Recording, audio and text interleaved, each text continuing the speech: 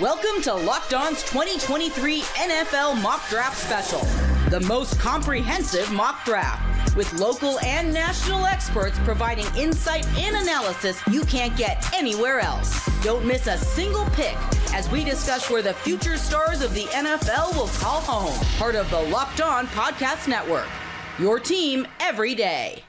Welcome back to the 2023 Locked On NFL Mock Draft Special, Episode 3. Picks 11 through 16, picks 1 through 10 are down in the most comprehensive mock draft you'll find, even bigger this year. This 6-episode series taking you through the entire first round of the NFL draft with unparalleled insight from the war rooms of all 32 teams, thanks to the local experts on the Locked On Podcast Network, your team every day. And don't worry, if your favorite team doesn't select in the first round, you won't be left out. The hosts of your favorite team's shows will be making their first pick, whether it's round 1 or round 3. So you'll want to stick around to make sure you don't miss a minute of the action. This binge-worthy special, you hear from all 32 of our local NFL shows, dozens of our college shows, cover your favorite teams every Monday through Friday here on the network, NFL draft experts, Locked On NFL Draft Podcast, and this year you'll get some team-building insight from the draft dudes, Kyle Krabs and Joe Marino of Locked On NFL Scouting. This extravaganza, the whole network involved, and we have so much fun here, and even some glimpses into the Locked On War Room where these picks are made and some live reactions from the other hosts to their competitors' picks. And of course, we are your hosts. I'm Brian Peacock, at BD Peacock on Twitter, NFL analyst and co-host of the Peacock and Williamson NFL show and Locked On 49ers podcast. Here with me, my co-host, former NFL scout, Matt Williamson, at Williamson NFL. Glad to be back here for episode 3. It's super fun in the top 10, and we got a lot of big picks to come here, Matt, in episode 3, picks 11 through 16.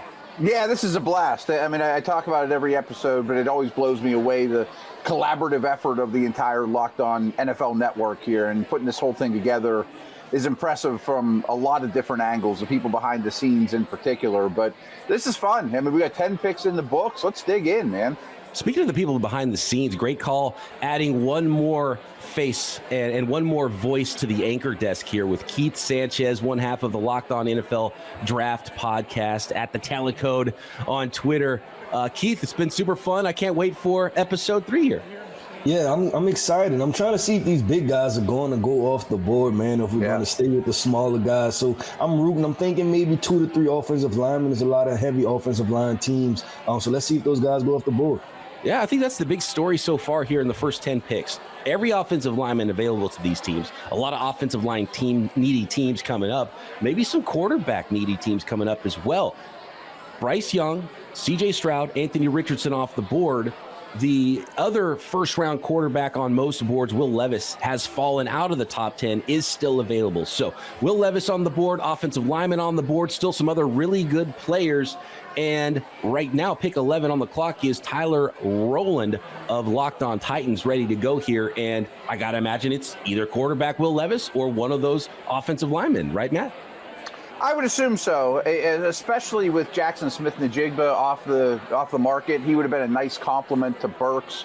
I kind of feel like their offense needs everything, and their line needs everything. So maybe in this case, I would prefer Skoronski over Jones or Johnson, but I'm really picking nits there. I mean, any offensive lineman they take is needed.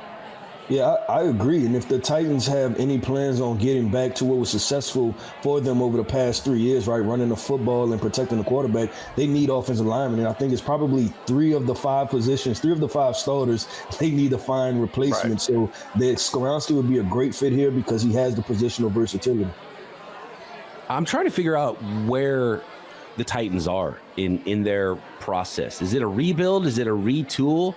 Would this team expect to make the playoffs right now? Should they be taking offers to maybe even move back? There was talk that the Titans could have moved into the top 10 maybe for a quarterback. Like, what do you guys think about where they are in their phase of new GM but established head coach? Is this team competing now, or are they building something for later?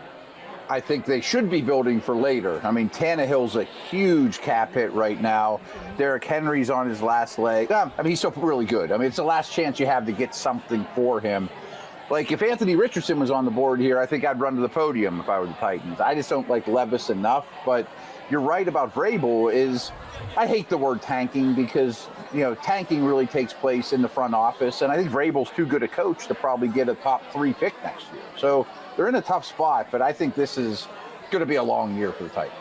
Yeah, I go back to last year and remember when they picked Treylon Burks. I don't know if they panned, the TV screen, and Mike Vrabel got up, right? Like, he looked like he was angry about the pick, and obviously him and the general manager parted ways, right? So you're really trying to figure out, like, you think about Mike Vrabel, him being a former outside linebacker, that tough, gritty mentality, and then trying to transition to what, right? Like, is he still a mentality of defense and run the football, or is he trying to open this thing up to have quarterback that can throw it 40, 50 times a game and win the game via that way? Keith, real quick question for you. What's your thoughts on Willis at this stage? I mean, it was a disastrous first year, but it's also a predictable disastrous first year. Yeah, I didn't think Willis was that bad of a quarterback. I thought he would actually go higher, and it's weird, right? Because with Malik Willis, it was, hey, everything looks bad. Some of the things look bad on film, but he has tools. And now we're saying it about Anthony Richardson and Will Levis, and they're projected to go much higher than what Malik Willis did. So I think if you're going to draft Will Levis here, you might as well just stay with Malik Willis and try to figure out, and hopefully year 2, he starts to understand some things and gets it going. Keith, I remember that vividly when they traded away A.J. Brown in the first round last year, and that clip of Mike Vrabel not being able to hide his frustration with what was going on there. And I think he clearly won that power struggle. So to me, when I think about the Titans and how they're structured, I think it's clearly that he won the power struggle, and he's the top of the pyramid, and Mike Vrabel's in charge, and not so much a GM first approach to the team building now, which tells me they're always going to try to be in it, which tells me they're probably not looking ahead as much. And I got to believe offensive line is the way to go here for the Titans. And the pick is actually in. So let's go to Tyler Rowland with pick 11 in the 2023 Locked On NFL mock draft in the Locked On Titans War Room. With the 11th pick in the 2023 Locked On mock draft, the Tennessee Titans select Paris Johnson Jr., offensive tackle out of Ohio State. This is a perfect matchup of need and prospect. The Titans need a left tackle of the future, despite a free agent signing of Andre Dillard. That should not affect the Titans draft plans whatsoever. The Titans can solidify the left tackle position for the next 8 to 10 years with Paris Johnson Jr., who not only is a fantastic prospect, but fits perfectly within the Titans' current offensive scheme. Paris Johnson Jr. has the body of an offensive lineman, but has the feet and mobility of a skill position player. He is fantastic at getting on the move, getting to the second level, and in pass protection has an incredible ability to recover even if he is beat by the initial move. With that, Paris Johnson Jr. could use a little bit more strength in his core to deal with bull rushes and having a good anchor and pass protection, but that's something that can develop over time. This is a great pick for the Titans to get their left tackle of the future out of this draft. So Paris Johnson Jr., the offensive tackle from Ohio State University, guys. And, one of the things I thought about this offseason with the way they're building things in Tennessee with Andre Dillard being added, Daniel Brunskill, they seem to be getting lighter and quicker on the offensive line. Are they maybe looking ahead at life after Derrick Henry with the way they're building this offensive line, Keith? They have to be, right? Because Paris Johnson's film is more of getting in the way of people in the run game, right? You're talking about a backside zone blocker, can cut things off. He's not a people mover. So when I see this selection from the Tennessee Titans, I'm thinking, hey, they decided to protect the quarterback, right? Like they went after offensive lineman that can protect the quarterback, but they're going to give up some things in the run game and the ability to move people off the line of scrimmage. Matt, do we think Derrick Henry lasts through the first round without getting traded? Or do you think this is just we're going to run him into the ground and then we'll see what happens next? I don't think he lasts past the trade deadline during the season. We know running backs across the league are going to get hurt. It's got to be hard to trade a running back right now. Maybe it's, like your team, a McCaffrey type move, during the season. Go get Derrick Henry for the stretch run if you're the Bills or the Chiefs or a team like that. Right, like the Titans will be competitive. They won't throw in the towel unless their season starts out a certain way. We might see more Malik Willis. We might see a Derrick Henry trade, and then they get as much resources to retool quicker in the following offseason as well. Unless maybe they're in, and this is a division that they could still be in, absolutely, with this team and the way Mike Vrabel coaches this thing, and with Ryan Tannehill at quarterback. So we'll see. A lot of directions the Titans 2023 could go. And I do think we'll see Willis, because I don't think the season will go well. I mean, come December, maybe November, you get 6-8 games, something like that of Willis to fairly evaluate the young man. Jay Stevens, the host of Locked On Buckeyes, standing by to give us more info on Paris Johnson Jr. Paris Johnson Jr., offensive lineman, Ohio State. The 2022 consensus All-American has the height, the length, and the footwork to make him one of the best offensive linemen in this year's NFL draft. What's up, guys? My name is Jay Stevens, the host of Locked On Buckeyes, and Paris Johnson Jr. is the kind of versatile player you want on your offensive line. He spent time excelling while being a starter at both guard and tackle for the Ohio State Buckeyes. He has the athletic talent to make recoveries at a variety of angles. His feet are fluid and they're perfect for dealing with different type of defensive ends in the National Football League. He has decent timing and consistency while working to the second level on combo blocks. This young man, once you add his brain into the equation, he's the kind of guy that has the skill set and the brains to be a consistent starter at the next level. So we do have an offensive lineman now off the board, the first one of the 2023 Locked On NFL mock draft. That is Paris Johnson Jr., 11 to the Tennessee Titans. We have Damian Parsons standing by in the Locked On NFL draft war room to break down this prospect further.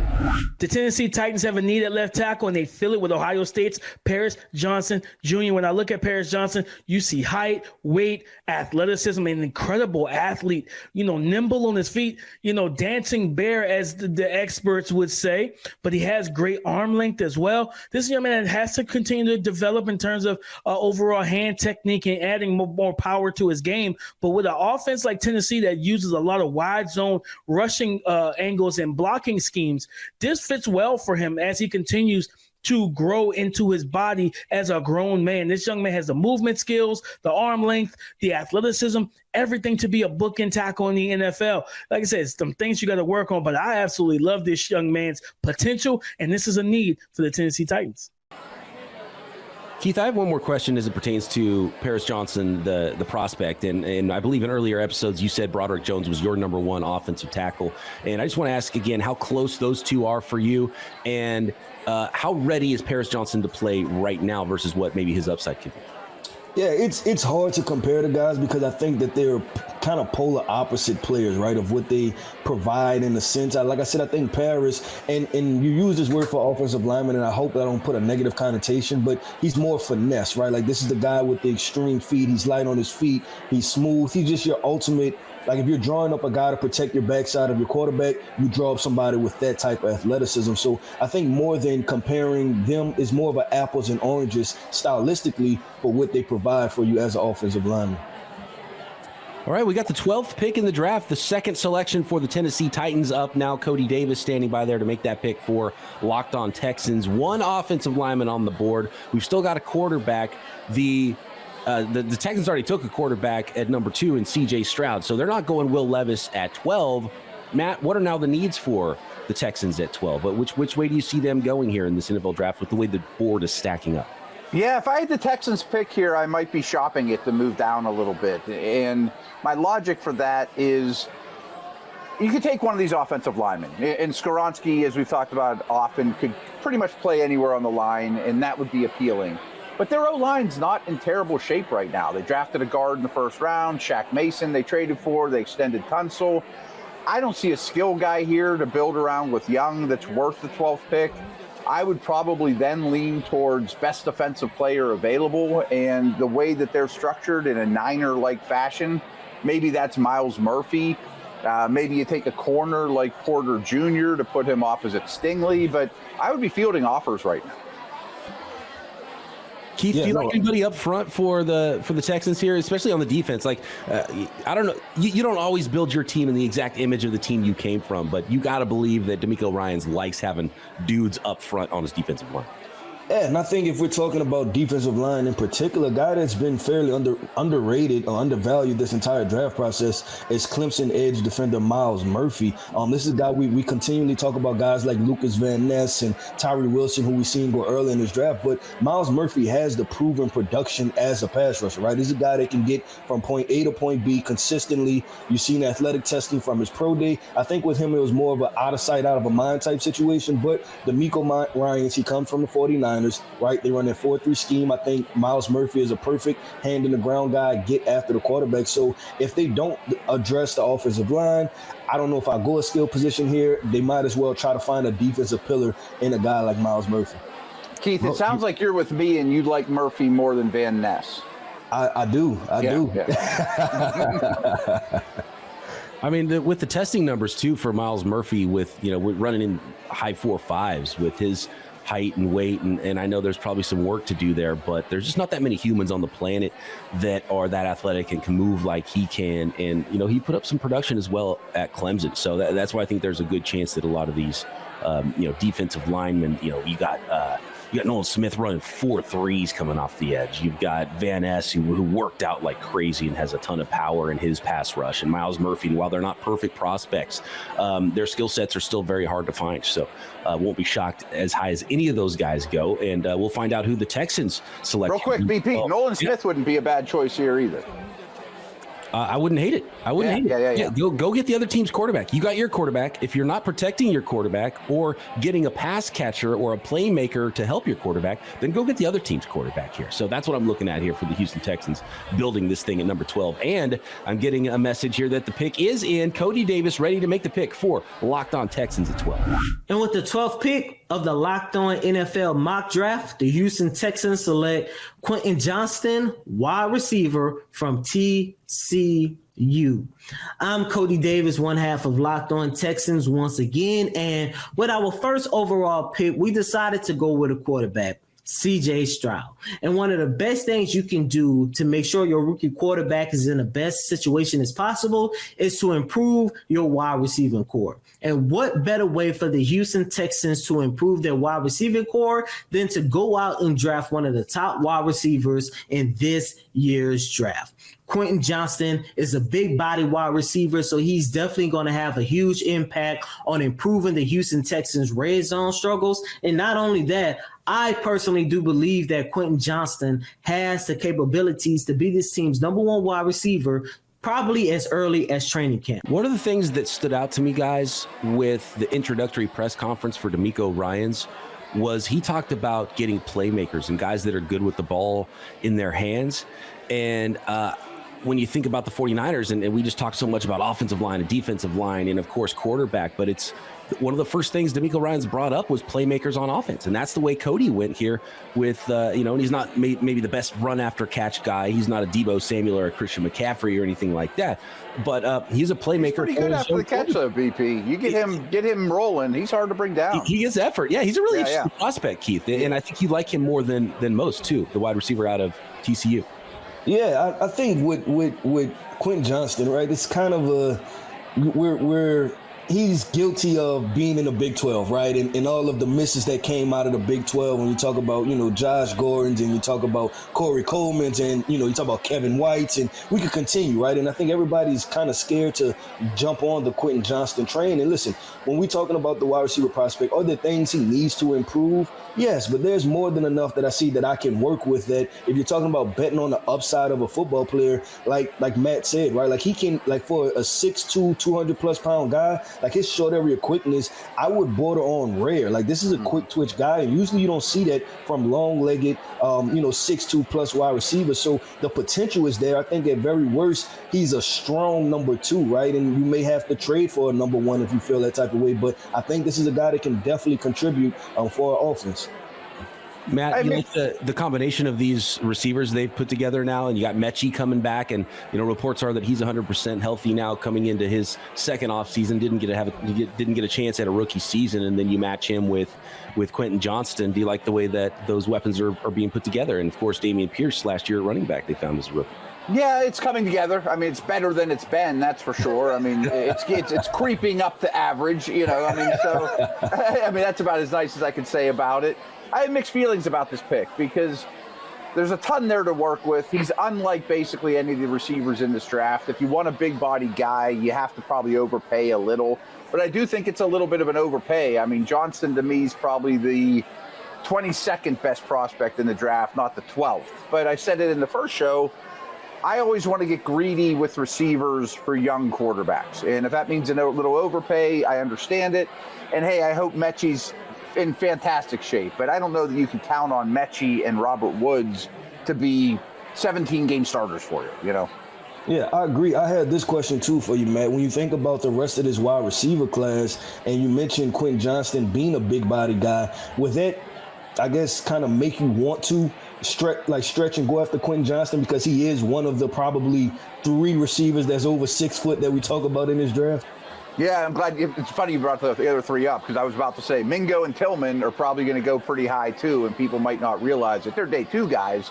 But yeah, I mean, it's such a smurf group of receivers, and not every team's going to be in that market. So if you want one of those 3, you'll probably have to pay a little more than you should. It's got to be the first class I can ever remember where the corners are bigger than the receivers. It's not even close.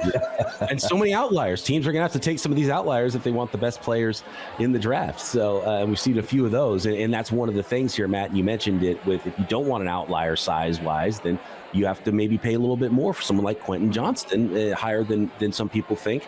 And when it comes to wide receiver, I think we also have to alter the way we've looked at wide receivers historically, that it's much more of a premier position, and that's the way it's seen around the league.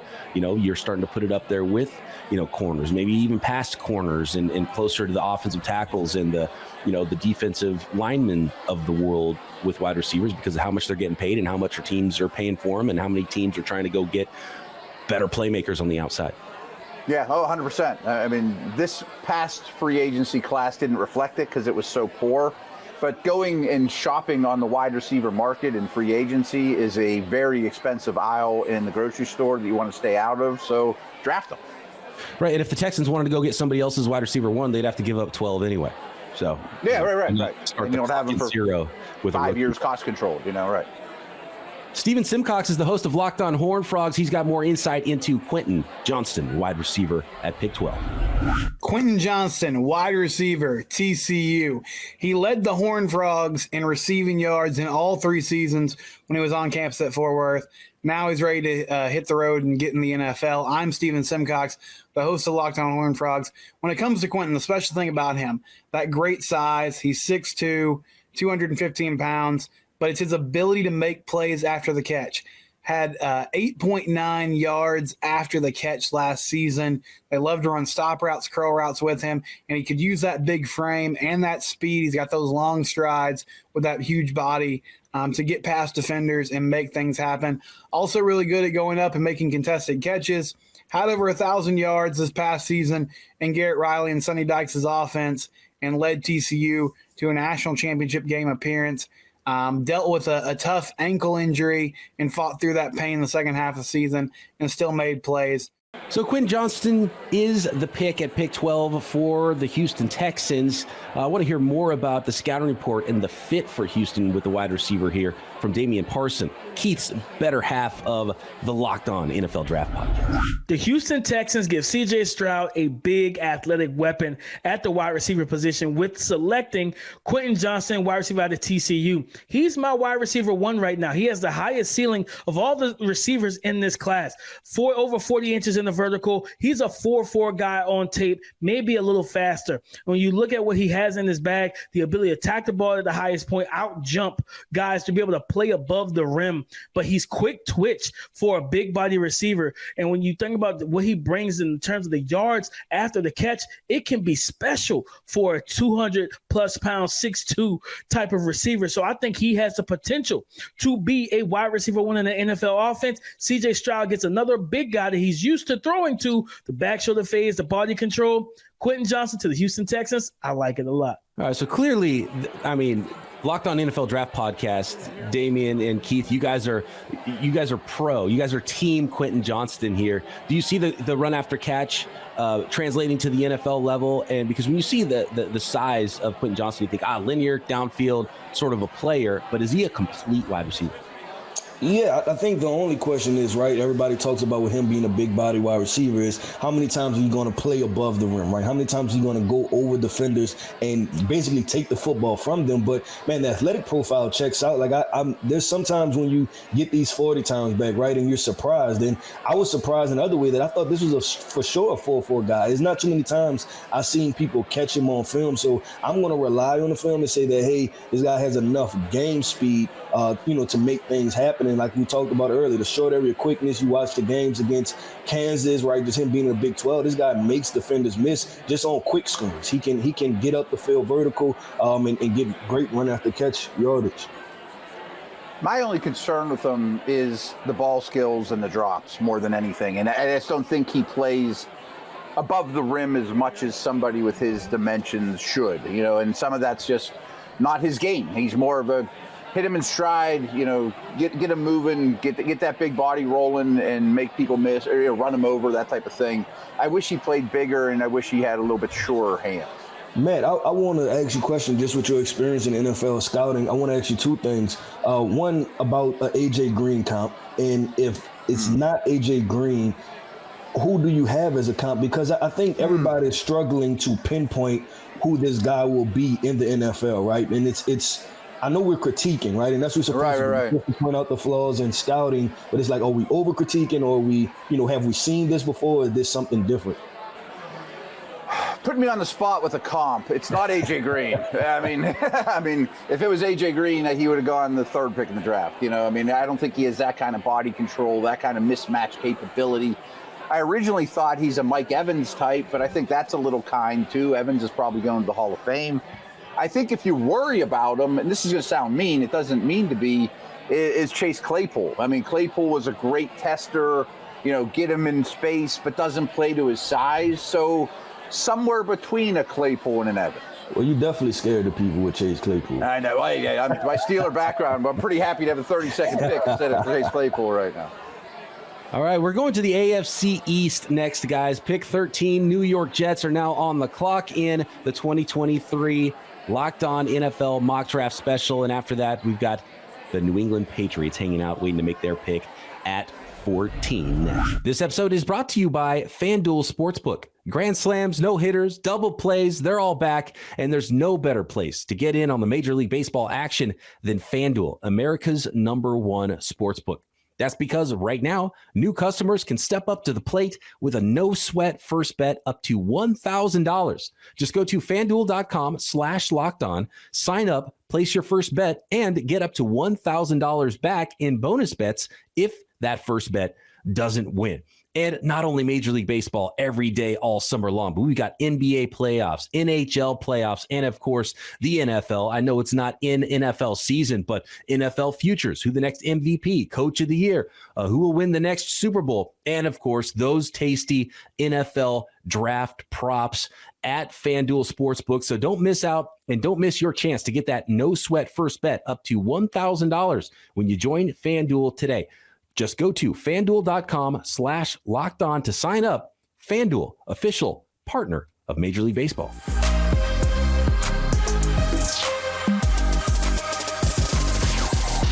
The New York Jets now on the clock at pick 13. And guys, there's been so much conversation with the New York Jets this offseason, namely because Aaron Rodgers is still not a New York Jet. Will he become a New York Jet on draft night? Will this pick go to Green Bay? And I know there's some conversations behind the scenes. So, Matt, are you giving up pick 13 to the Green Bay Packers for Aaron Rodgers, or do you stay and pick and try to make this negotiation even more difficult into the second day of the draft? I think the Jets inevitably make this pick, and with the intentions of Rodgers is our quarterback. He's not in town yet. Who knows when that happens? Maybe during the draft, after the draft. They do have 2 second-round picks that would be attractive to Green Bay. Maybe the Packers want to see who's on the board. But I think the Jets make this selection with the thought of Aaron Rodgers as our quarterback, and therefore I think it's an offensive player and probably one of these offensive linemen. I mean, I don't know what you do with Mekhi Becton at this stage of his career. Vera Tucker is a really good guard, but can also play tackle. Maybe you just take Skoronski and he fills in your gaps, or you take Broderick Jones and say Mekhi Becton's on the trade block, or he's moving to the right side. So I think with two of these linemen on the board, you're pretty happy for the Jets. Yeah, if I'm the New York Jets, there is no way that I'm trading this first round pick. From everything with Aaron Rodgers, you don't know if he's going to play 1 year, 2 years. You don't know if he's going to be all in or not, right? And then if he's only playing a year or two, you need as much premium, potential as far as talent to add to your roster to try to win a Super Bowl, because this Jets team played better, right? But I don't think anybody's going to grade this roster as a top 5 roster in the NFL. So there's still improvements that need to be made upon this roster, and you do that with premium picks like first-round picks. Now, they made the trade where they traded Elijah Moore. They recouped a second-round pick for that. I think, if anything, you maybe turn that right into Aaron Rodgers. And if you was able to turn Elijah Moore into Aaron Rodgers, then that sounds much better than using a first-round pick. Yeah, and I can't fault the Packers for asking for pick 13, but that's the last bit of negotiation for the Jets to use the pick and say, well, now that pick's gone, so guess what? We got a couple seconds. Maybe that can work for you, because these picks are going to get spent the next day if you don't take those in this trade. So that said, Keith, who do you like for the Jets here at 13 if they keep? Real quick, BP, and we've talked about this on our show a lot too. It seems like the compensation might have to be something conditional next year. You know, as Keith mentioned, if Rodgers plays 2 years, then you get your first round pick in 2025 or whatever. Like give him a second or 2 seconds this year and a conditional pick based on him starting next year or something along those lines. Yeah, I really like that, man. I like the future first round pick, right? Mm-hmm. Let's when Aaron Rodgers already off the books, he's done playing, then I'll give you a first round pick, right? But I need to be, if I'm going to trade for Aaron Rodgers, I need to be all in at the moment for improving my team to get Aaron Rodgers to the Super Bowl. And I need to know I'm at least getting 2 years out of the guy, you know? Yeah. The Jets have just host Jeopardy after the year, you know? The Jets have just seen how this all went down with Aaron Rodgers in Green Bay every offseason. They're like, we're probably going to go through this too. We're not going to give you a first-round pick just to go through this again next offseason, not know if he's going to retire or not. So, yeah, you can't give up a first-round pick this year at pick 13 where you already know where the pick is, and maybe that future pick ends up being a later first round, and conditions make sense. Apparently the Packers don't want conditions with their picks. We'll see. This is the next domino in that negotiation, though, when the Jets make their selection, and that pick is in. John Butchko of Locked On Jets ready to go at pick 13. With the 13th pick in the draft, the New York Jets select Peter Skoronski, tackle out of Northwestern. I'm John from the Locked On Jets podcast, and the Jets need to fix their offensive line. The tackle position in particular has a lot of question marks. You've got 38-year-old Dwayne Brown, who battled through injuries last season, played effectively, but is nearing the end of his career. You have Mekhi Becton, who has played a grand total of 3 quarters of one regular season game in the last 2 years. You also have Max Mitchell, a mid-round pick who got some experience last season as a rookie, but whose play was really inconsistent. And with a soon-to-be 40-year-old quarterback in Aaron Rodgers, the Jets need to put a good line in front of him. The Jets need to protect Rodgers. That's where Skoronski comes in. He is as plug-and-play of a prospect as exists in this year's draft. He'll help stabilize the offensive line and give Aaron Rodgers the protection he needs. Guys, the more I think about it, John laying it out there in what you mentioned before as well, Matt, about just it's sort of a glue guy for the offensive line. Mm-hmm. Mekhi Becton, he's in the best shape of his life. Saw some photos of him working out in the off seasons, looking good. Can he stay healthy? Can he be that left tackle? Can he be the right tackle? How's everyone going to fit in? And you just draft the best player in Skoronski, who can play guard for sure. But if you need him to play left tackle, he can do that too. Keith, do you have any misgivings about a 32 and an 1/8 inch arm length left tackle in the NFL? Because there's not very many of them. And in fact, I think there's 0 of them right now. I think there's 0, yeah. Yeah, I mean, it definitely shows at times, right? But I'm finding the value in Skoronski in the positional versatility. And I think this is a really good fit for the Jets because the question mark is still surrounded around Mekhi Becton, right? Is this guy going to play left tackle? Is he going to play right tackle? Is he going to play 3 games? He's going to play 8 games, right? And so now you draft a guy like Skoronski who has versatility to where whatever happens with Mekhi Becton, he can just fill that other situation. situation, right? If Mekhi is there, then he can play guard. If Mekhi is not there, he can kick the tackle and play some tackle for you. And they still have picks. Like we said, they have 2 second-round picks. So if you want to go after one of these tackles later in the draft, like a Matthew Bergeron from Syracuse, you can still plug and play certain things like that. So I think this just gives them the most versatility. We drafted a high-floor football player that we know will start, will contribute to our offensive line. And I like Broderick Jones a ton as well, but Skoronski's more win now, plug and play. We only would have a short window with Rodgers. We're all in, you know? We saw with Tom Brady, too. You got a guy in his 40s, protect the guy. He doesn't want to get hit a lot, and it's probably the smart way to go. And, protect that investment and let your quarterback lead you to where the Jets have wanted to go for a very, very long time. So college expert Jimmy Stein is standing by to give us some more info on Peter Skoronski, the offensive lineman. We don't know if he's a tackle or a guard, but we just know he's one of the best players in this draft. Let's talk about Peter Skoronski, a tackle from Northwestern. This is Jimmy Stein from Locked On Bama. There's something interesting about Peter. Even though he's a tackle at Northwestern, projected to be a tackle in the NFL, he has shorter arms, even much shorter arms than a traditional or prototypical tackle. Some people think he may eventually slide inside to guard. I think that's why you'll see him drafted outside of the top 5, probably taken somewhere between 8 and 12, 8 and 15. I would even look for maybe his hometown Chicago Bears to take Peter. Great in the run game, at his best as a pass blocker, did not give up a sack this past season.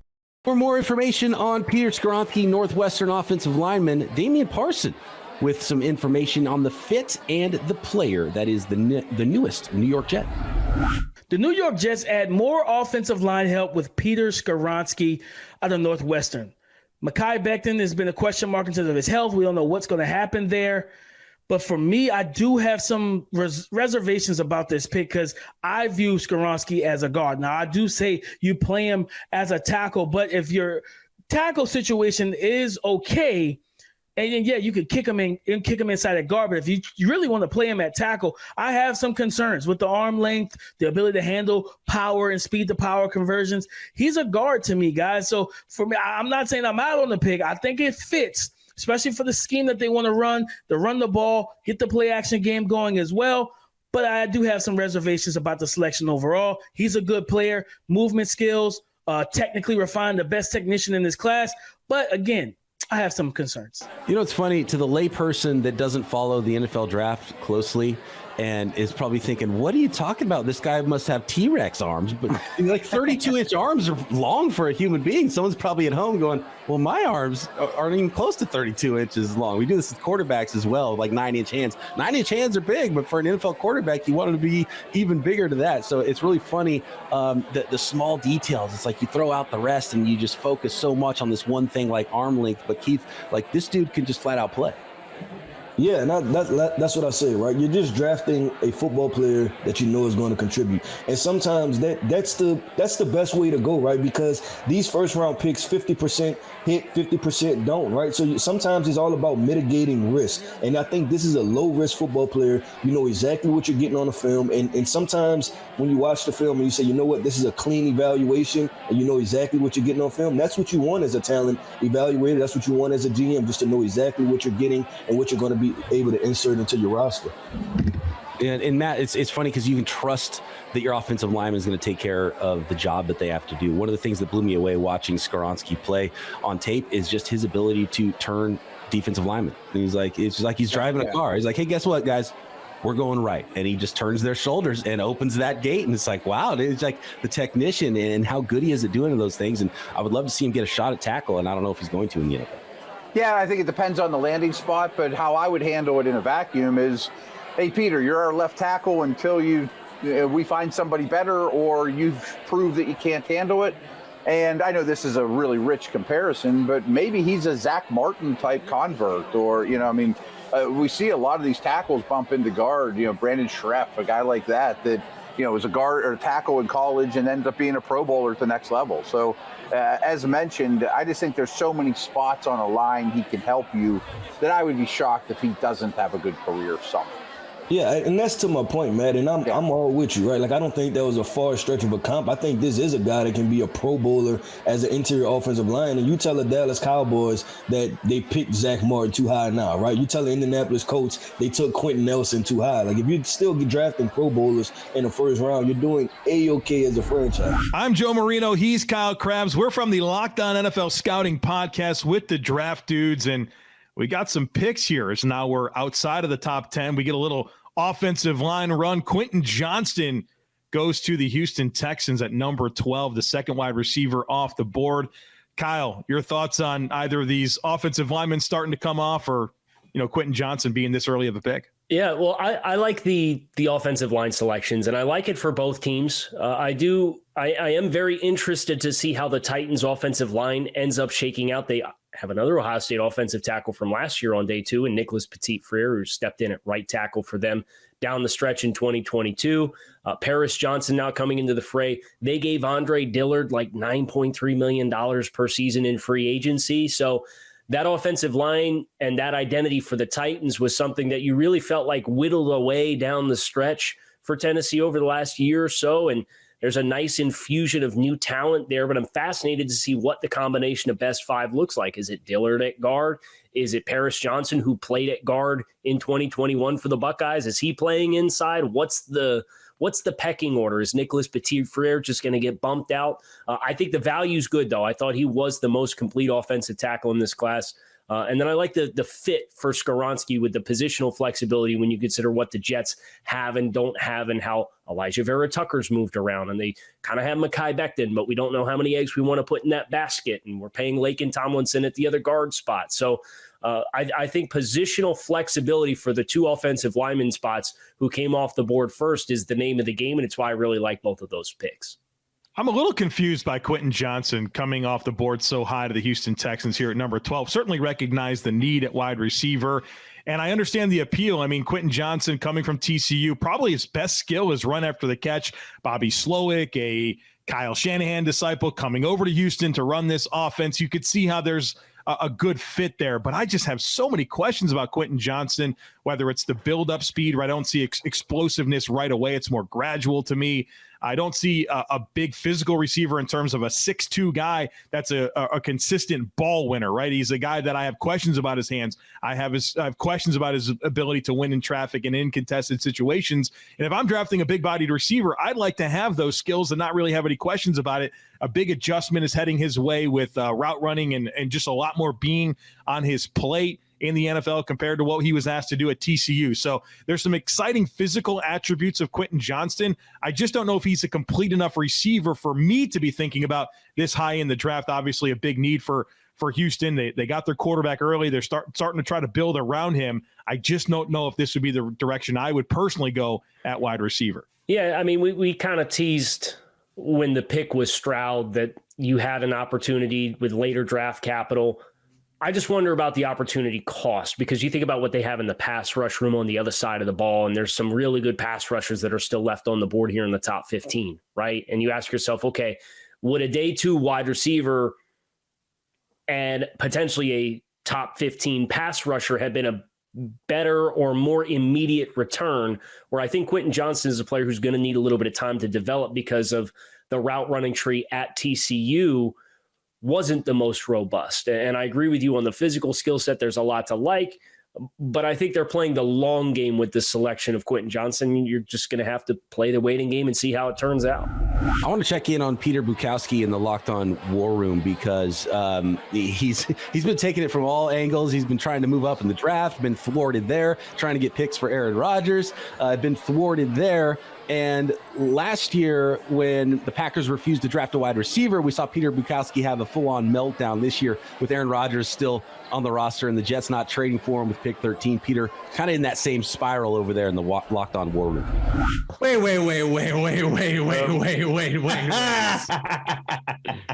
Yes, Peter? Number one, that is exactly who I would have picked if I would have gotten this pick. Number two, it didn't even give me a chance to counter. I had pick swaps and all kinds of stuff ready to go. Oh, he I was got gonna his say, guy. don't they have to give up 13 if they're going to get Rodgers? I just can't see a trade. Obviously not. You don't think so? Yes. It would have been done by now. Yeah, for real. Maybe that is what they're bullish on, yeah. But with Skoronski, if his arms were 2 inches longer, he'd be a top 5 pick in this draft. But they're not. So I know. So good. He's outreach. Watch the tape. The guy gets outreached over and over again. He's a guard all day long. A good guard, but he's not a tackle. Ross, I told you this was turning into OnlyFans. Man, yeah, like the Locked On War Room only wants body beautiful players. They want the skinny guys, they want the fast guys, they want you to look good in underwear. And Matt, we talked about this on Peacock and Williamson all the time. Like, they're not selling jeans, right? No, right. I mean, but as I think it was Kyle that mentioned, he does get outreached, and it's only going to get harder at the next level as well. All the velociraptors he's going to have to try to block at the next level. Everyone has D linemen with length and explosion, and it's only going to get harder. So I do think he's a guard. In a pinch, he's a tackle. And there's a misconception out there. There really aren't 64 prototypical offensive tackles on the planet right now, but every Sunday, 64 of them go out there and play tackle. That's a great point. I love that. Next, we've got the New England Patriots at pick 14. Mike Debate standing by in the Locked On Patriots War Room, getting ready to make this selection. What do we think about the New England Patriots roster? It's a team that has plenty of holes. A lot of directions. You go best player available. Keith, is there a player that you like that's the best guy that's still out there? The Patriots are head scratching me, man, because Bill Belichick has consistently marched to the beat of his own drum, right? So he can very well just go interior defensive lineman here, somewhere off the beaten path. Last year we were surprised by Cole Strange, right? And everybody probably had like a second, third round grade on. So I'm projecting him to possibly go offensive line, maybe a Broderick Jones or something, just because the tackle situation. I think one of the tackles that they have, they plan on moving on from him after this year. So maybe they go offensive line. But then you think about Mac Jones. We have no idea. We've heard a bunch of rumors this entire time about the disruption between him and Bill Belichick and what happened last year. So are they going to go a wide receiver to help him out? Because I'll be honest, the Tyquan Thornton situation, I didn't think Tyquan Thornton should have been a second-round pick, and it didn't show much last year. So if they're going to develop Mac Jones and he's going to be content and happy in some way, they have to try to get him a wide receiver that is capable of being a number one guy. Interesting. I didn't think about the quarterback angle as well, potentially. That's a sneaky pick here. Of course, Bill Belichick always willing to move down in the NFL draft as well. What do you like here for the Pats, man? Broderick Jones leaps off the page as one of the top prospects that's still available. That's the best value that meets a need. That being said, I hope they're not done at wide receiver. I'm not really fond of this roster overall. I bet they like Joey Porter Jr. They like big press man coverage corners. They believe those guys on islands a fair amount. And a sleeper that I bet Belichick adores is Brian Branch from Alabama. With his Saban connection, all the little things Branch does, I mean, he'd be a welcome addition on any team, but he's as safe a pick as you're going to get too. Yeah, fantastic tape for Branch. This Patriots team, and I don't know if you feel the same way, Matt, that it's kind of built old, right? In the sense of the fact of if this was 1995, right, and it was defense and run game, but there are just no explosive playmakers that you can consistently rely on. Like I know they brought in Devontae Parker last year, which is a head scratch for me because you play against Devontae Parker twice a year, every single year, and his production was minimal. So to bring him over and think that he's going to just put on a Patriot uniform and immediately be this Pro Bowl level football player, I thought was insane to kind of bank on. So I agree with you. They just need to add playmakers or they need to add to this offensive line. And I don't blame Mac Jones for not liking the situation he was put in. He's coaching on offense and the playmakers he has to throw the ball to. So I'd be kind of upset there. And if they wanted to trade me maybe to a better situation, I wouldn't be too upset, I guess, if I was Mac Jones. And it's odd to think that the Patriots might not be the best situation for the quarterback. But, man, the way that they've drafted recently and, Will Levis is still on the board.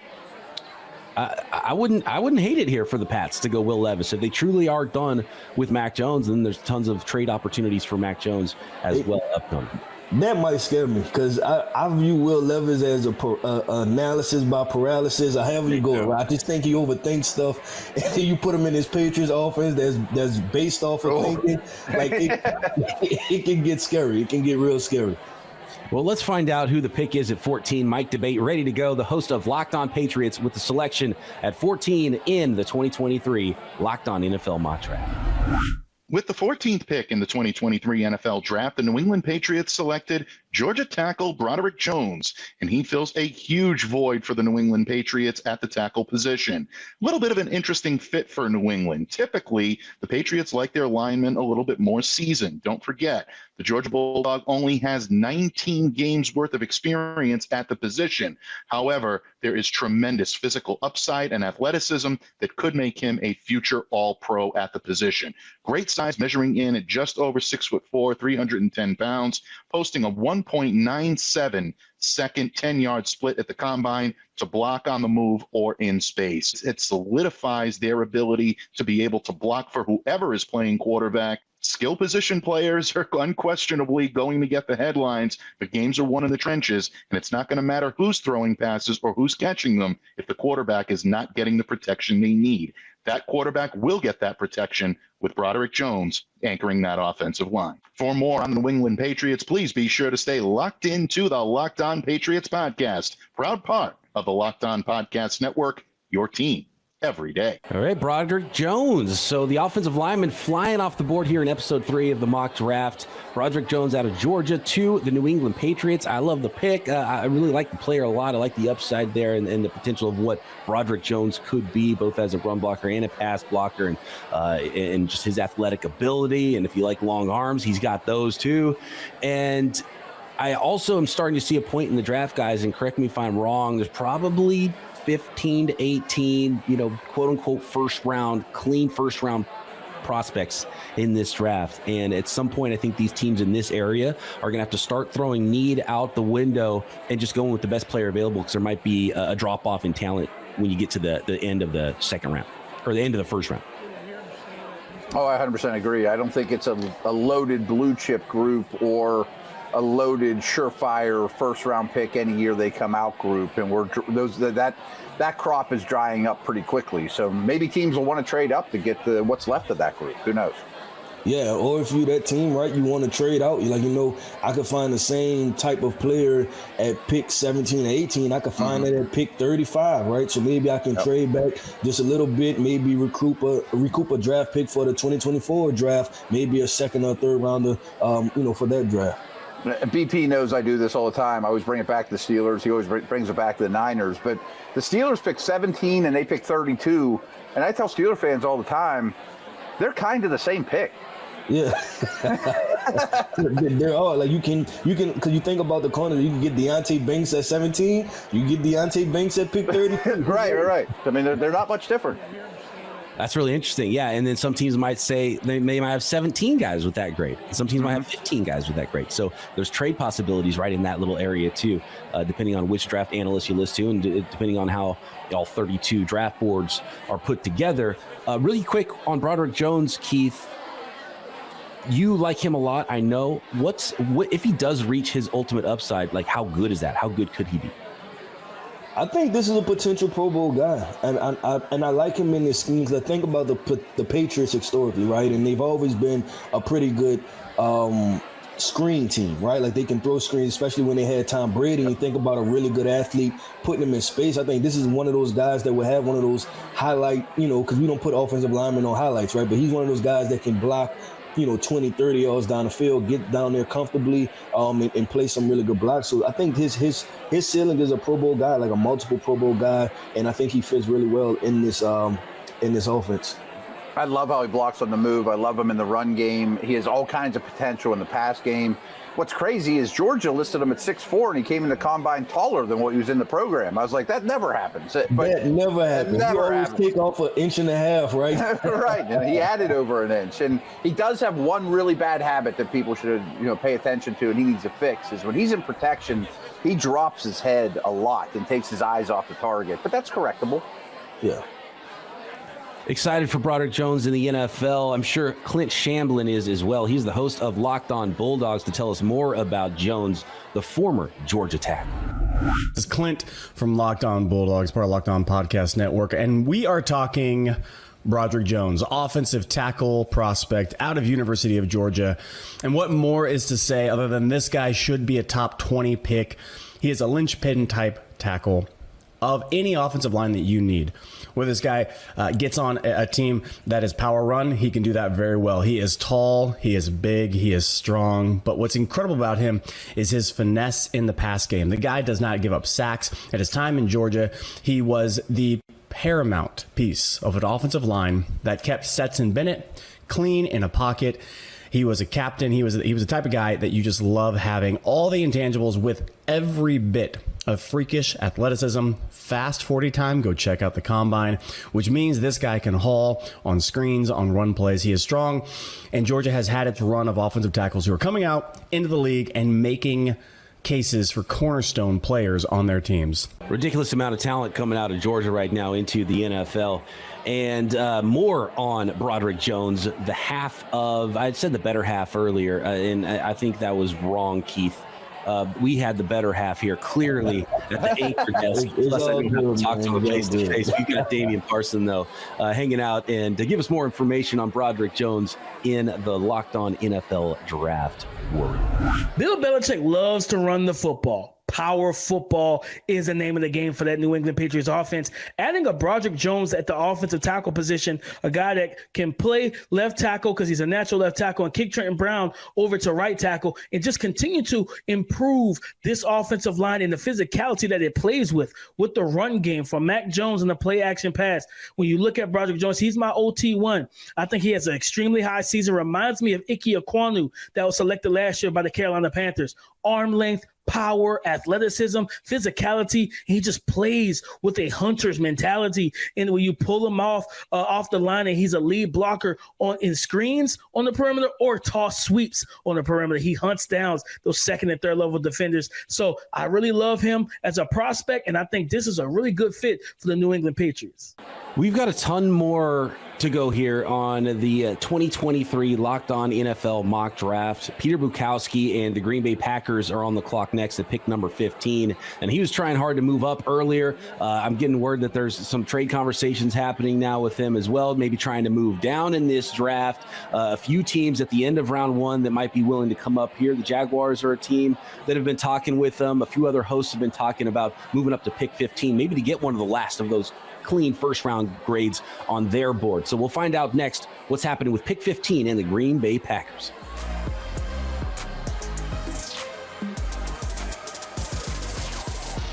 Okay, we're back at the 2023 Locked On NFL Mock Draft, and we do have some action here at pick 15, and a trade has been consummated. The Packers are no longer on the clock, fellas, and the team that jumped up is the Jacksonville Jaguars from 24 to 15. And a big-time player on the move, former first-round pick, Josh Allen, the pass rusher, going from Jacksonville to Green Bay. The Jags are trading pick 24 and edge player Josh Allen is going to the Packers. Packers are giving up pick 15 and their second rounder pick 45. So interesting turn of events here, and that tells me maybe that the Packers probably would have taken an edge rusher with this pick and instead get themselves an extra draft pick and a pass rusher for pick 15. So no longer the Packers, now the Jags are here. Guys, what do you think the Jags are doing trying to move up to pick 15 in this draft? Well, first off, BP, I was getting a little worried, when you were going to ask us, what should the Packers do here? Because I didn't see a logical fit, So I think moving back makes a ton of sense for them. You pick up Josh Allen in the meantime, you get his fifth-year option, then you figure it out from there. So he's a nice addition to their defensive front that has first-round picks everywhere on that defense. It hasn't, fulfilled the first-round history of that defense, but he's a nice pickup. So I would imagine, when I heard Jacksonville was moving up, I thought, who's their target? Is it Darnell Wright? Is it Joey Porter? But maybe it's an edge guy now. Miles Murphy, Lucas Van Ness, somebody along those lines since they dealt out. Yeah, I think it should be Darnell Wright, right? So he can solidify that offensive line in front of Trevor Lawrence. But the one key part of this is them trading away Josh Allen, right? And we think about last year, they drafted Trayvon Walker. And I don't know how you felt, Matt, even Brian, right? I thought Trayvon Walker was more of an interior defensive lineman than he was an edge guy, but they played him on the edge and they had minimal production. Them trading away Josh Allen, they need an edge person, right? They need somebody to get after the quarterback, pressure the quarterback. So while I think they should go offensive tackle, I'm kind of leaning towards, I think this would probably be one of those edge rushers, whether that's Myles Murphy, Van Ness, or maybe we can, things get wild and we go Byron Young or somebody. Who knows where they decide to go. Yeah, I thought even Will McDonald might even be in play. What about Nolan Smith? Nolan Smith's a good one too, yeah. If Walker might be a better fit playing more of an inside role, then you just go ultimate speed rusher coming from the outside. Maybe that's the direction they're going. I don't know. This is an interesting one. Let's see what Tony Wiggins is up to, the host of Locked On Jaguars, who was ready to go. Who did he move up for in the 2023 Locked On NFL mock draft at pick number 15? I'm Tony Wiggins with Locked On Jaguars. I have the Jaguars selecting Iowa defensive lineman Lucas Van Ness for a lot of reasons. Because Trent Baalke loves traits, and I think where the Jaguars are selecting, he will be the last quote-unquote traits guy with upside that the Jaguars will have a chance to get. The other thing is, look, they flat out said it. They need to improve their pass rush. It is the number one priority. It's the part of their team that has to actually be improved if this team is going to take a step further. Josh Allen is on his fifth-year deal, his fifth-year option. He only has 1 year left. And I think the Jaguars are going to need options beyond this year for who they select at this pick. And look, I honestly don't know if they can afford to pick another edge rusher when they already have two guys that are playing and they use priority resources to get them.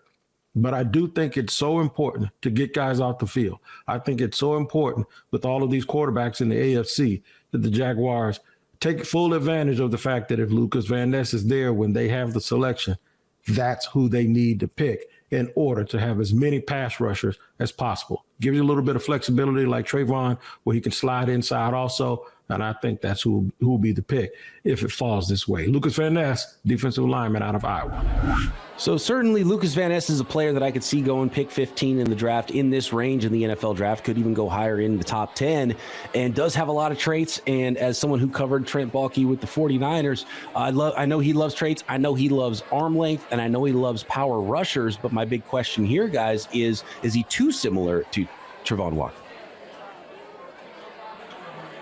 Could be. I don't love Van Ness. We talked about this earlier.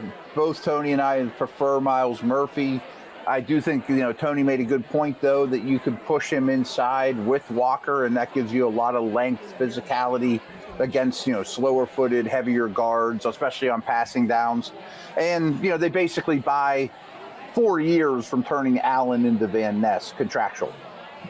Yeah, I agree. This is when the draft get weird, right? This is when the risk is all the same. We're talking about 15 through 45 or something like that. So I understand the thought process, but the part that scares me is that you're getting a very similar thing like you talked about, Brian, with Trayvon Walker, a guy that can play outside athletically, but how much will he actually dominate as an edge rusher? And he's probably better suited to be an interior defensive lineman and win athletically from the inside.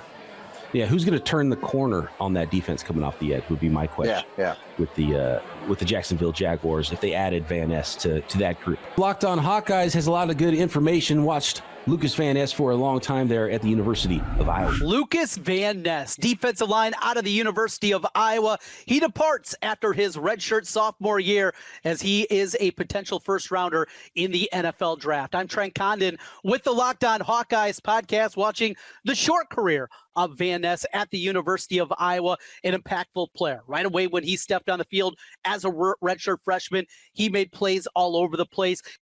He's nicknamed Hercules, and he can certainly see it. A guy that didn't even play football until he was an upperclassman in high school. He was a hockey player. His dad, a chiropractor. He is put together physically as well as any prospect that you're going to find, and many people believe that his best football is still in front of him. So Lucas Van Ness, Hercules as they call him, I know they talk big about the he never started a game thing, but he was their dude, right? Keith at Iowa, and the way that they used him he wasn't a senior, so he didn't quote unquote get the starts, but he came in very soon after and was the main guy on the defensive line. So I don't put any stock into it. Didn't start any game stuff, but I do put some stock into him being a really young player, has a lot of tools. I loved the workout numbers that really made you believe he could be more, but there's more that needs to come for him to be worth a top 15 selection. Yeah, that's the position you're in. I hope that the Jaguars aren't necessarily drafting him expecting an immediate impact. I think this is a player whose year 2 and year 3 should be better than year 1, but obviously they're in a position where they can take over the AFC South. So it'll be fairly interesting to see how they use this combination of Lucas Van Ness and Trayvon Walker moving forward. What do you think about Lucas Van Ness, Matt? You like the pick? You like the fit? You think he's one of those top 15 guys? So it's just like, let's draft the best guy here. I don't love him. I mean, I think he's a bully. I think he runs through people with extreme power. He's a bull in the china shop, and that works a lot better in the Big Ten than it does in the NFL. I mean, I think you need more bend, more counters, more flexibility. But I think he's also disruptive, that no matter where you line him up, he's a handful. And I just hope that he works on his craft, and there's some stiffness there as well. Disruption equals production. Damian Parson, Locked On NFL Draft on Lucas Van Ness and the fit to the Jacksonville Jaguars. The Jacksonville Jaguars traded up for edge rusher, defensive tackle, whatever he is, Lucas Van Ness out of Iowa. I'm out on this pick. Trading away Josh Allen at edge to get a guy that's probably not a true edge. I just don't see it because I think it puts you in a position where you don't have a true go-getter on the edges. I think Lucas Van Ness is probably more of a tweener that his best reps will probably be reduced at a 3-tech inside where he's kind of used to playing because he's very, very raw on the outside, on the perimeter, rushing offensive tackles. And I just don't know if he's going to make a big enough impact for a team that he's impact players to continue to build towards not just winning a playoff game, but getting to the AFC Championship game. Yeah, I'm out on Lucas Van Ness to the Jacksonville Jaguars. Up next, we've got the Washington Commanders with pick 16, the final selection of episode 3 here in the 2023 NFL Locked On Mock Draft. And David Harrison is going to make that selection unless he trades it away. We've had a few trades here in this mock draft, which has been a lot of fun. So, your favorite team might move up at any moment. So, yeah, y'all better make sure you're paying attention to every pick and every episode of the Locked On Mock Draft special. As it pertains to Washington, they got new ownership. Is that going to mean new direction? Guys, does that mean new quarterback? Matt, what are your thoughts on Washington's pick at 16? Yeah, and I think their roster is actually in better shape than people realize. I don't see a ton of glaring needs. I think some names to think about are Levis, and I'm just not super high on Levis, but I could see that being the approach.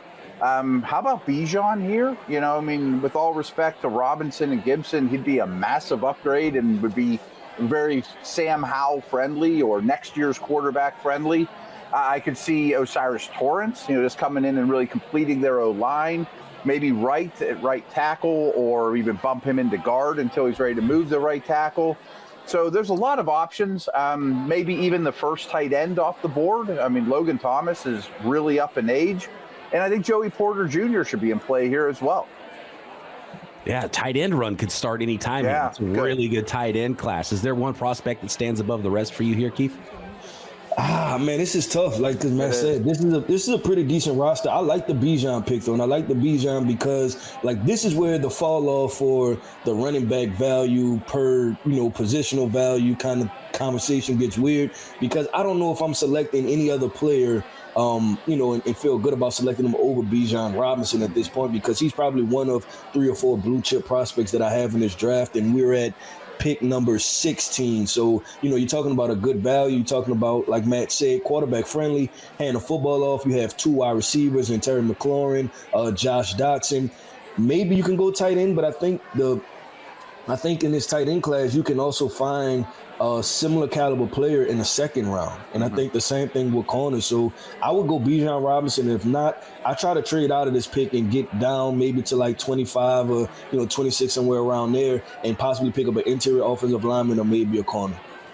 That's a good point about this point in the draft, because one of the things that if teams have a big drop off in their grades on their draft board, trading becomes an option, and at the and then maybe a position that, and look, I've sort of been driving the bus on the running backs don't matter thing, and I still think 16's too high for a running back. But if there is a significant drop off in your draft board, and now you're into those second round grade players, then maybe running back does start to make more sense, even though the positional value might not be there for running backs like it once was. And you're getting a heck of a football player as well if you do get the best running back in this class, which is Bijan Robinson, and there's probably a pretty significant drop to the next best running back in this class. So interesting things to think about here for Washington.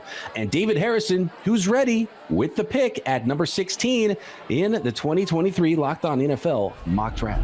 With the 16th pick in the Locked On mock NFL draft, the Washington Commanders select Alabama defensive back Brian Branch. I'm David Harrison of the Locked On Commanders podcast. And the big question with the Washington Commanders secondary really is Benjamin St-Juste going to stay outside where he moved last season and thrived until injuries kind of derailed the rest of his season? Or are they going to move him back inside where he started training camp and was getting coached up to play, start, and thrive before William Jackson ultimately fell apart for the Commanders and they had to move on and find a different answer on the outside? I think that the Washington Commanders should not fix what isn't broken, keep Benjamin St-Juste on the outside, continue his development there, let him get healthy, maybe draft another backup to be a little bit of insurance, but address the nickel position. Right now, the Washington Commanders starting nickel penciled in to be Danny Johnson. Danny Johnson is a solid, good player, but let's go get a great player. Alabama defensive back Brian Branch immediately comes in as the favorite to be the starting nickel for the Washington Commanders defense, who spent over 70% of the last season in nickel coverage.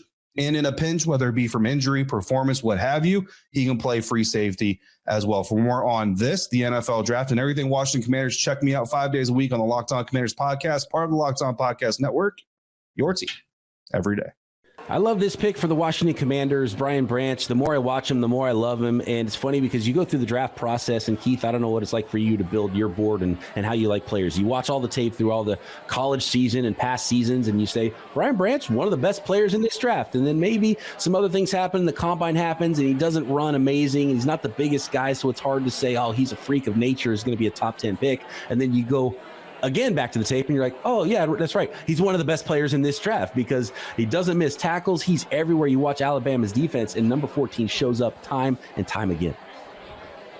Yeah, no, I agree with you from a talent perspective. I would ask from the value, right? Like, was any other team behind you going to draft this guy? And that's why we talked about moving down, right? I just don't know if this is a guy that was still going to fall to the top end of the second round. I liken this class to that 2020 class, I think, where they had Xavier McKinney and Grant Delpit and Antoine Winfield. I think you're going to see a very similar thing to where I think if the Commanders wouldn't have drafted him, I think he would have fell to the second round and they could have possibly got him there. So good football player.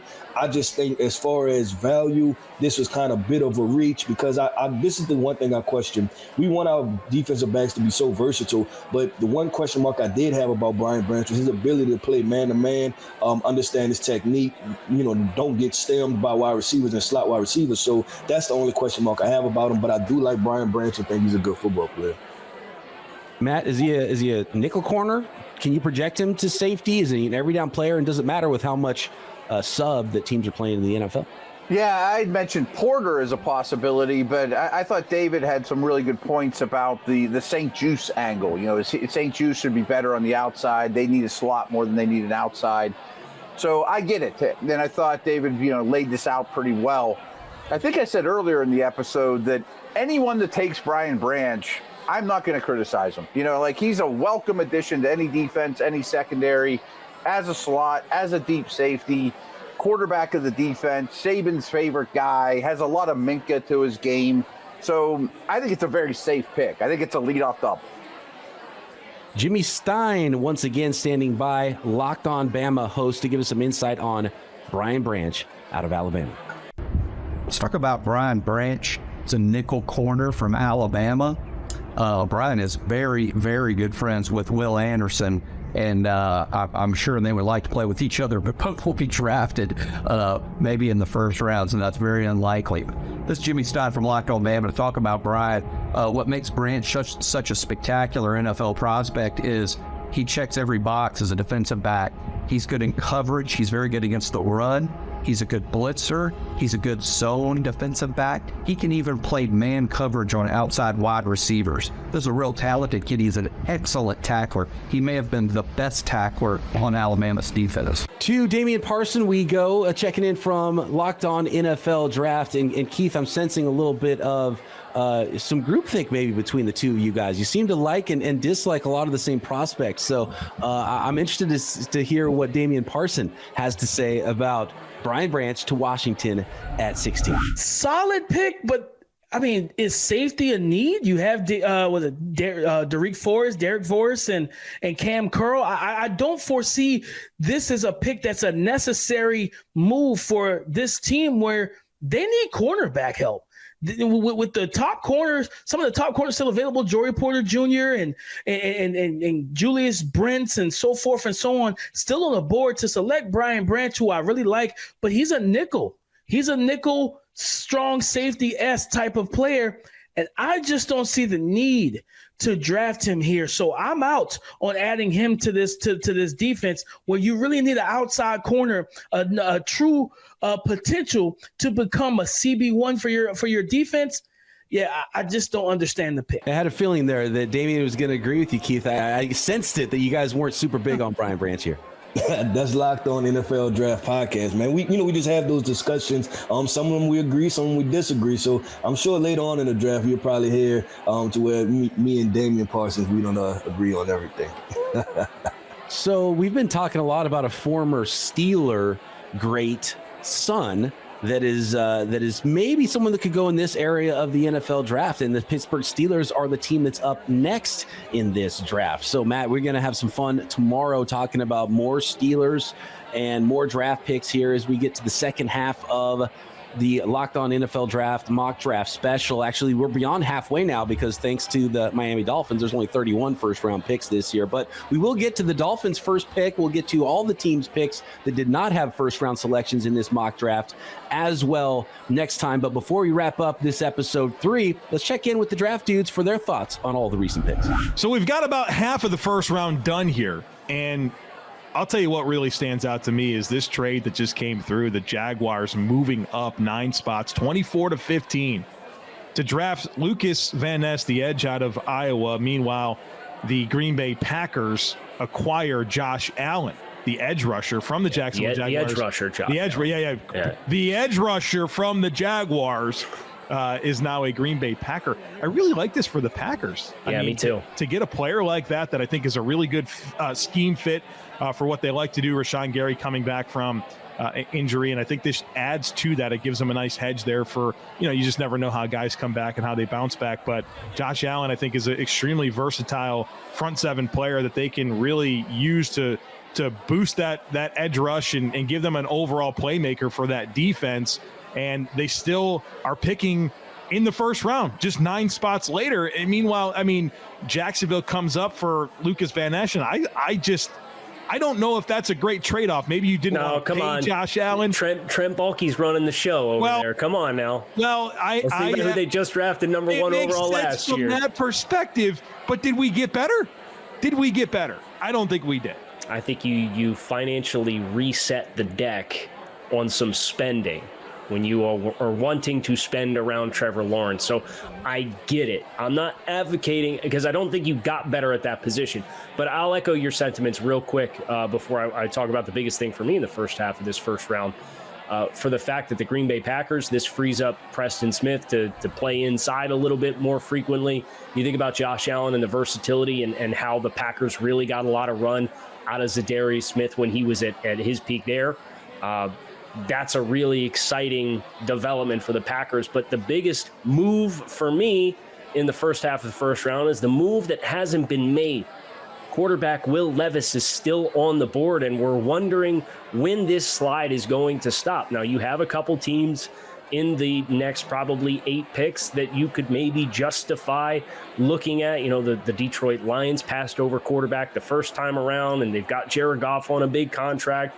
Tom Brady left the Buccaneers high and dry, and you think about potentially the same deal with the Seattle Seahawks with Geno Smith on a short-term deal, the Minnesota Vikings. There's a lot of teams that are coming up that you could potentially make the case for a long-term play at quarterback, which one's going to make the decision that this is the way that we need to go and stop the slide for Will Levis? Next up is the Pittsburgh Steelers at pick 17. We'll get to on the next episode of the Locked On NFL Mock Draft. We have the second first-round selections for both the Seattle Seahawks and the Detroit Lions. There's more trade talk happening within those picks between picks 17 and 22. Bijan Robinson, a lot of people's favorite player in this draft that certainly in other eras would have already been off the board, is still available. Joey Porter Jr. still out there at cornerback. We haven't had a run on tight ends yet in this draft, and there's a lot of chatter, maybe some more trades, a lot of good players still out there. And don't forget, you can find the entire special on both audio and video at the Locked On NFL Mock Draft, Locked On NFL podcast feed, and of course the Peacock and Williamson NFL show feeds. For Matt Williamson and Keith Sanchez, I'm Brian Peacock. We'll see you for the rest of the first round and beyond of the Locked On NFL Draft Mock Draft Special, part of the Locked On Podcast Network, your team every day.